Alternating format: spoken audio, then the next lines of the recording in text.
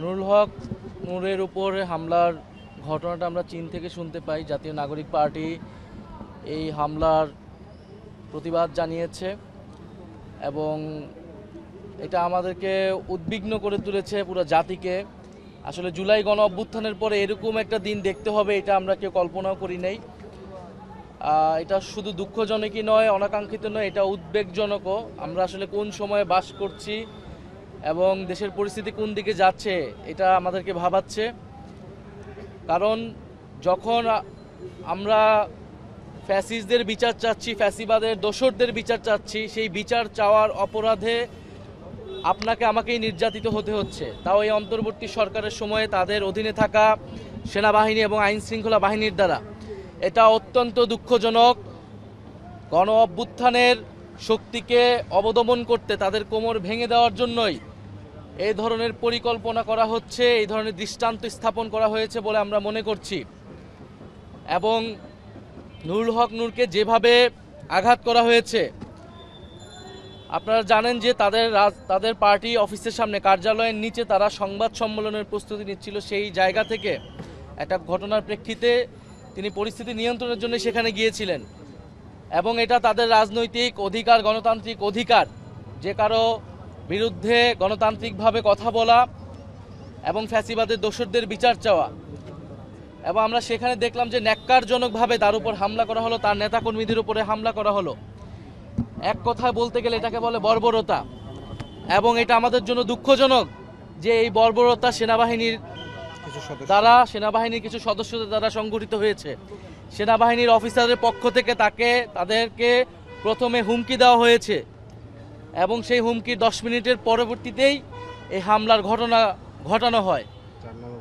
ফলে এটা আমাদের জন্য উদ্বেগের। অন্তর্বর্তী সরকার আসলে কিভাবে পরিচালিত হচ্ছে, সেনাবাহিনী কাদের নির্দেশনায় পরিচালিত হচ্ছে, এই বিষয়ে কিন্তু প্রশ্ন উঠছে। কারণ অন্তর্বর্তী সরকার গণ অভ্যুত্থানের এই নুরুল হক নূর, এদের মতো ফ্যাসিবাদ বিরোধী যোদ্ধাদের লড়াই সংগ্রামের ফলেই কিন্তু এই অন্তর্বর্তী সরকার গঠিত হয়েছে। ফ্যাসিবাদ বিরোধী রাজনৈতিক দলগুলোর সমর্থনেই অন্তর্বর্তী সরকার এখনও তাদের কার্যক্রম পরিচালনা করে যাচ্ছে। ফলে এই সময়ে তার উপরে এই হামলা, এটাকে আমরা খুবই গভীর উদ্বেগের সাথে দেখছি। এটার প্রতিবাদের ভাষা আমাদের নেই এবং আমরা পাশাপাশি এও লক্ষ্য করছি যে দেশে এক ধরনের অস্থিতিশীলতা তৈরি করার নানা চেষ্টা করা হচ্ছে। আমরা বলতে চাই যে বাংলাদেশের মানুষের প্রতি আমাদের অঙ্গীকার যে ফ্যাসিবাদী পক্ষকে আমরা কোনোভাবেই জায়গা করে দিব না, সুযোগ করে দিব না। সেটা জাতীয় পার্টির নামে আসুক, যেই নামে আসুক না কেন, এবং বাংলাদেশের যেই শক্তি তাদেরকে সহযোগিতা করবে, তাদেরকে জনগণের বিরুদ্ধে দাঁড়াতে হবে। এবং আরও দুঃখজনক, সেদিন হয়তো যা ঘটনায় হয়ে থাকুক না কেন, সেটা যদি অনাকাঙ্ক্ষিত হয়ে থাকে, দুর্ঘটনা হয়ে থাকে, সেনাবাহিনীর উচিত ছিল নিঃশর্তভাবে দুঃখ প্রকাশ করা, ক্ষমা প্রার্থনা করা। যে একজন রাজনীতিবিদকে, ফ্যাসিবাদ বিরোধী রাজনীতিবিদকে এইভাবে রাস্তায় ফেলে পেটানো হয়েছে। কিন্তু আমরা দুঃখজনকভাবে দেখেছি যে আইএসপিআর এর যেই বিবৃতিটি তারা দিয়েছে, সেখানে তারা এই হামলাকে বৈধতা দেওয়ার চেষ্টা করেছে, জাস্টিফাই করেছে, মব ভায়োলেন্স বলেছে।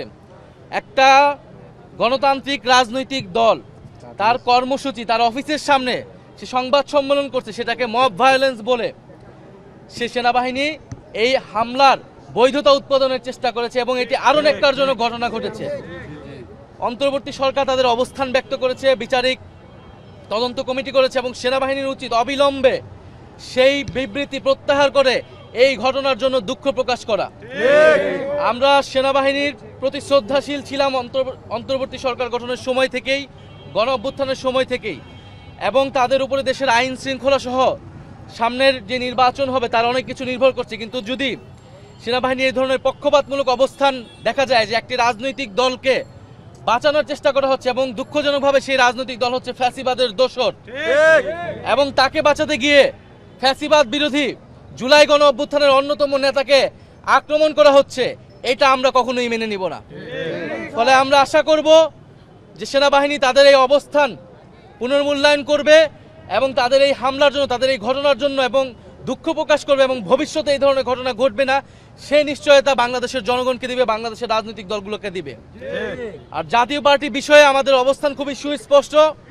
জাতীয় পার্টি শুধু এই গত 16 বছর ধরে দালালি করে নাই। 90-এর পরাজিত শক্তি তারা। 90-এর গণ অভ্যুত্থানে বাংলাদেশের ছাত্র জনতা রক্ত দিয়ে এরশাদের পতন ঘটিয়েছিল, কিন্তু সেই সময় রাজনৈতিক দলগুলো আপোষ করেছিল, ফলে ত্রিদলীয় জোটের রূপরেখা ব্যর্থ হয়েছিল এবং এরশাদকে আবার পুনর্বাসনের জায়গা করে দিয়ে যেই ভুল রাজনৈতিক দলগুলো করেছিল, বাংলাদেশের জনগণের সাথে যেই বেইমানি তারা করেছিল, 24-এর গণ অভ্যুত্থানের পরে আমরা সেই সুযোগ দিব না। আওয়ামী লীগ, জাতীয় পার্টি এবং আওয়ামী লীগের সাথে সহযোগী যত দোসর রয়েছে এবং যারা আওয়ামী লীগকে আবার পুনর্বাসনের চেষ্টা করবে, তাদের সবাইকে বাংলাদেশের মাটি থেকে বিতাড়িত করা হবে এবং বাংলাদেশে আদালতে তাদেরকে বিচারের আওতায় আনা হবে, এর কোনো বিকল্প নাই। ফলে আমরা আশা করব দেশ যাতে অস্থিতিশীলতার জায়গায় না যায়, আমরা সবাই ঐক্যবদ্ধ থাকবো, বাংলাদেশের সংস্কারও হবে, নির্বাচন হবে, নতুন সংবিধান হবে। এটা জনগণের প্রতি আমাদের প্রতিশ্রুতি। সকল রাজনৈতিক দলের প্রতি আমাদের আহ্বান থাকবে যে আপনারা দেশের এই পরিস্থিতিতে ঐক্যবদ্ধ থাকুন, এমন কোনো শক্তিকে সহায়তা করবেন না, সমর্থন দিবেন না যারা বাংলাদেশের গণতন্ত্রের জন্য হুমকি স্বরূপ। অনেক রক্তের বিনিময়ে, অনেক সংগ্রামের বিনিময়ে আমরা আজকের এই পরিস্থিতিতে এসেছি। আমরা নুরুল হক নূরের সুস্থতা কামনা করি এবং এই ঘটনার সুষ্ঠু তদন্তর মাধ্যমে বিচার হবে, এটা আমরা প্রত্যাশা করছি। ধন্যবাদ সবাইকে। ধন্যবাদ ভাই।